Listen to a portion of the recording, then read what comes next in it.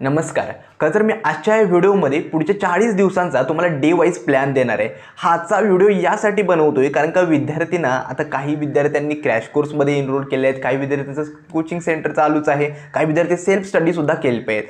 मग अशा या सगळ्या विद्यार्थ्यांना कन्सिडर करून डे वाईज प्लॅन काय असला पाहिजे. कारण का 40 दिवस हा काही फार मोठा काळ नाही आहे. तुम्ही जर बघाल ना, तुमचे सिलेबस कव्हर करण्यात, तुमच्या मॉक टेस्ट देण्यात, रिव्हिजन करण्यात, या सगळ्या गोष्टींमध्ये हे 40 दिवस कधी जातील संपतील हे तुम्हाला सुद्धा समजणार नाही. त्यामुळे 40 दिवसांमध्ये तुम्हाला डे वाईज स्ट्रॅटेजी काय असली पाहिजेत, प्रत्येक डेचा युटिलाइज तुम्ही बेस्ट कसं केलं पाहिजेत, प्रत्येक दिवसामध्ये तुमचा मॅक्सिमम सिलेबस कसा कव्हर झाला पाहिजे, MCQ प्रॅक्टिस कशी झाली पाहिजेत, या सगळ्याबद्दल कम्प्लिटली एक डिटेल्ड आजचा जो डे वाईज प्लॅनचा व्हिडिओ मी तुमच्यासाठी बनवतोय. खरं तर आजचा जो व्हिडिओ आहे तो एंडिंगपर्यंत नक्की बघा. चॅनलला लाईक करा, शेअर करा आणि सबस्क्राईब देखील करा. पहिलं म्हणजे काय तर विद्यार्थ्यांची जर आत्ताच्या सिच्युएशनला जर ॲनालाइज केलं ना, तर पहिलं म्हणजे काय तर विद्यार्थी जरा गोंधळलेले आहेत. का? कारण का विद्यार्थी काही जे क्रॅश कोर्समध्ये जे एनरोल केले स्पेशली त्या विद्यार्थ्यांसाठी का तर वेळ खूप कमी मिळणार आहे त्या विद्यार्थ्यांसाठी. का? कारण का तुमची व्हिडिओ सिरीज लेक्चर्स हे खूप स्पीडनं चालू असणार आहे.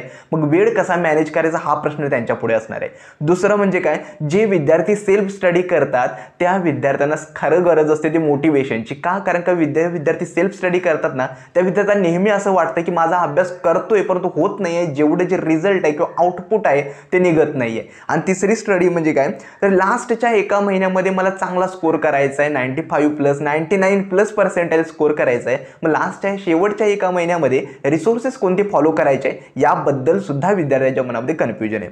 तर आता सुरुवातीला व्हिडिओला सुरुवात करण्याऐवजी पहिली मी स्ट्रॅटेजी तुमच्यासाठी काय बनलोय तर डे वाईज तुमचा प्लॅन कसा असला पाहिजे.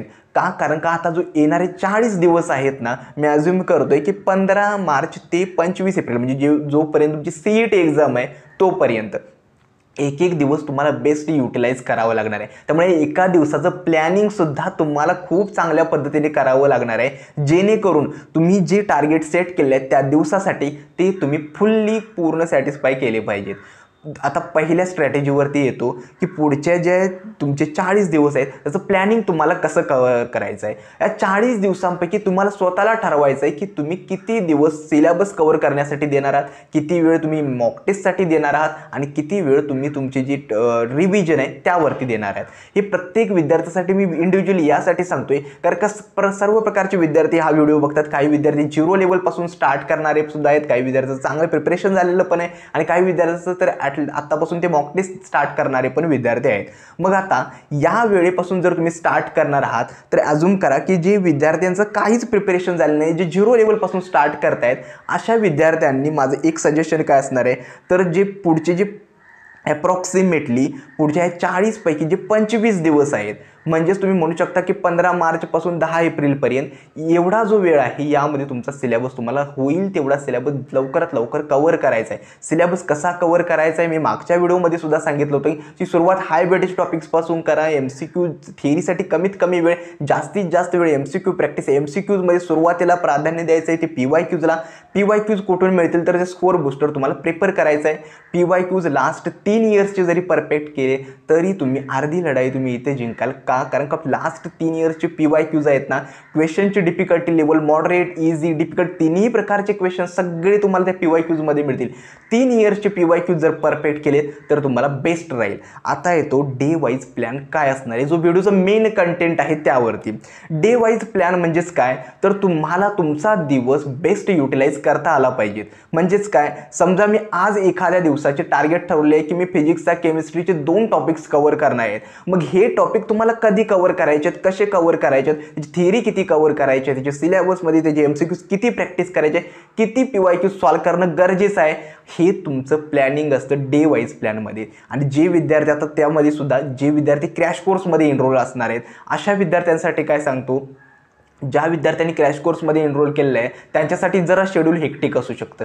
का? कारण का सगळ्या गोष्टी तुम्हाला मॅनेज करावं लागणार आणि तुमच्या स्वतःसाठी म्हणजे सेल्फ स्टडीसाठी तुम्हाला वेळ कमी मिळू शकतो. मग त्यानुसार तुम्हाला तुमचं नियोजन करावं लागणार आहे. हे यासाठी कारण का तुम्हाला एकतर मटेरियल त्या क्रॅश कोर्समध्ये तुम्हाला प्रोव्हाइड केले जातं, काही मटेरियल तुम्ही ऑलरेडी तुमच्याकडे आहे. मग तुम्ही कन्फ्युजन होत असता की ज्या क्रॅश कोर्समध्ये एनरोल केले त्यांच्या फॉर्म्युला शीट्स फॉलो करू की मी स्वतः बनवलेल्या फॉर्म्युला शीट्स फॉलो करू.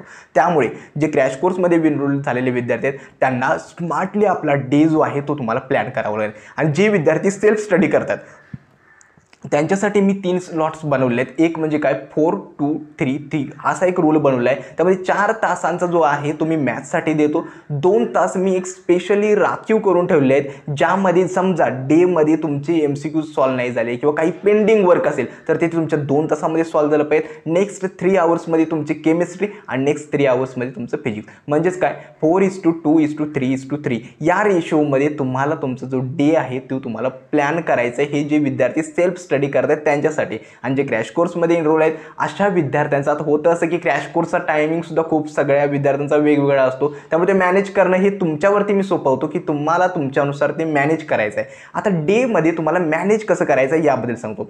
पहिलं तुमचं एक बेस्ट टाइम टेबल असलं पाहिजे जे डेली तुम्ही बनवायचं आहे रात्री झोपण्या अगोदर आणि ते टाइम टेबल पुढच्या दिवशी तुम्हाला फॉलो करायचं आहे. आणि असं नाही आहे की सगळं टाइम टेबल तंतोतंत पालन होईल, परंतु ट्राय करा की जे टाइम टेबल तुम्ही आज फॉलो केलेत त्याच्यात तुम्ही इम्प्रूव्हमेंट कराल. म्हणजे आज 70% टाइम टेबल फॉलो केलं तर उद्या 75% फॉलो करा जेणेकरून ती इम्प्रूव्हमेंट होत राहील. डे वाईज प्लॅनमध्ये दुसरी गोष्ट आहे ते म्हणजे काय तर तुम्हाला उद्या काय करायचं हे तुम्ही आज रात्री एका शीटवरती नोट डाऊन करून ठेवलं पाहिजे आणि ते तुमच्या सतत डोक्यात राहिलं पाहिजे की मला या हावर्समध्ये मला इतकं तुम्हाला हे करायचं आहे, इतका सिलेबस कव्हर करायचं आहे, इतके MCQ सॉल्व करायचे आहेत. आणि ट्राय करतो म्हणजे एक विद्यार्थ्यांची क्वेरी काय असते माहिती आहे, ज्यावेळी तुम्ही एखादा MCQ किंवा एखादा चॅप्टर कव्हर करत बसतात त्यावेळी एखाद चॅप्टरवर तुम्ही स्किप होऊन पडता. ही खूप गोष्ट महत्त्वाची आहे की एखाद्या चॅप्टरवरती तुम्ही स्किप होऊन पडता म्हणजे पुढे जाताच येत नाही, MCQ पण सॉल्व होत नाहीत आणि डिप्रेस होता की माझा सिलेबस कव्हर होत नाही. जर वाटतं एखाद्या चॅप्टरमध्ये पुन्हा जर तेथेच थांबतायत तो चॅप्टर थोडा वेळ स्किप करा. भलेही तुम्ही पुढच्या 8 दिवसानंतर त्या चॅप्टरवरती येऊन ती सॉल्व करायला स्टार्ट केलं तरी चालेल, परंतु एखाद्या चॅप्टरवर अडकून पडण्याऐवजी तुम्ही पुढे मूव्ह ऑन करा जेणेकरून एखादा इझी टॉपिक वगैरे असेल तर ते तुम्हाला समजत जाईल आणि सिलेबस लवकरात लवकर त्या वेळेनुसार कव्हर होत जाईल. हे होतं असं की डे वाईज प्लॅनमध्ये विद्यार्थी या ज्या छोट्या गोष्टी असतात ना त्यामध्ये अडकून पडतात की माझा सिलेबस कव्हर होत नाही आहे, न्यूमरिकल सॉल्व होत नाहीत. त्यामुळे जर एखाद्या गोष्टीमध्ये वाटते की माझा वेळ जास्त कन्झ्युम होतोय तिथं ती गोष्ट स्किप करा आणि पुढे मूव्ह ऑन करायचं आहे. आता डे वाईज प्लॅनमध्ये थर्ड आणि सगळ्यात महत्त्वाची गोष्ट काय आहे तर तुमची जास्तीत जास्त MCQ प्रॅक्टिस झाली पाहिजे. MCQ प्रॅक्टिस करायची असेल तर सुरुवात तुम्हाला PYQs पासून करा.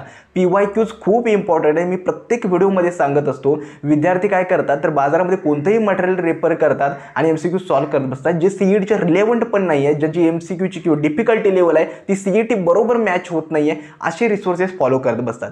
त्याऐवजी तुम्हाला काय करायचं आहे तर आतापासून जी PYQs आहेत लास्ट 3 इयर्सचे जरी PYQs इनअप केलेत ना तरी तुमच्यासाठी भरपूर त्याचा बेनिफिशियल होणार आहे. त्यामुळे डे वाईज प्लॅनमध्ये पहिलं म्हणजे काय तुमचं एक बेस्ट टाइम टेबल फॉलो करायचं आहे. हवं तर टाइम टेबलसाठी एक सेपरेट व्हिडिओ मी बनवण्याचा नक्की प्रयत्न करेन. दुसरं म्हणजे काय प्रत्येक डे तुम्हाला बेस्ट प्लॅन करायचा आहे आणि तो डे प्लॅन करताना तुम्हाला स्वतःला लक्षात आलं पाहिजे की माझा केवढा सिलेबस उद्या कव्हर करायचा आहे, परवा कव्हर करायचा आहे. आणि थर्ड आहे ते म्हणजे काय तर तुम्हाला तुमच्या टाइम टेबलला स्टिक राहायचं आहे, PYQsवर जास्त फोकस करायचा आहे आणि लवकरात लवकर सिलेबस कव्हर करायचा आहे. हे झालं डे वाईज प्लॅनिंग. मी पुन्हा एकदा सांगतो की डे वाईज प्लॅनिंग खूप इम्पॉर्टंट आहे. आणि हे होतं असं की मी कितीही तुम्हाला सजेशन्स जरी दिले डे वाईज प्लॅनिंग असं करा या प्लॅनिंग करून तुम्हाला 99+ मिळतील, परंतु शेवटी काय होतं की हे सगळं तुम्हाला स्वतःला करायचं आहे.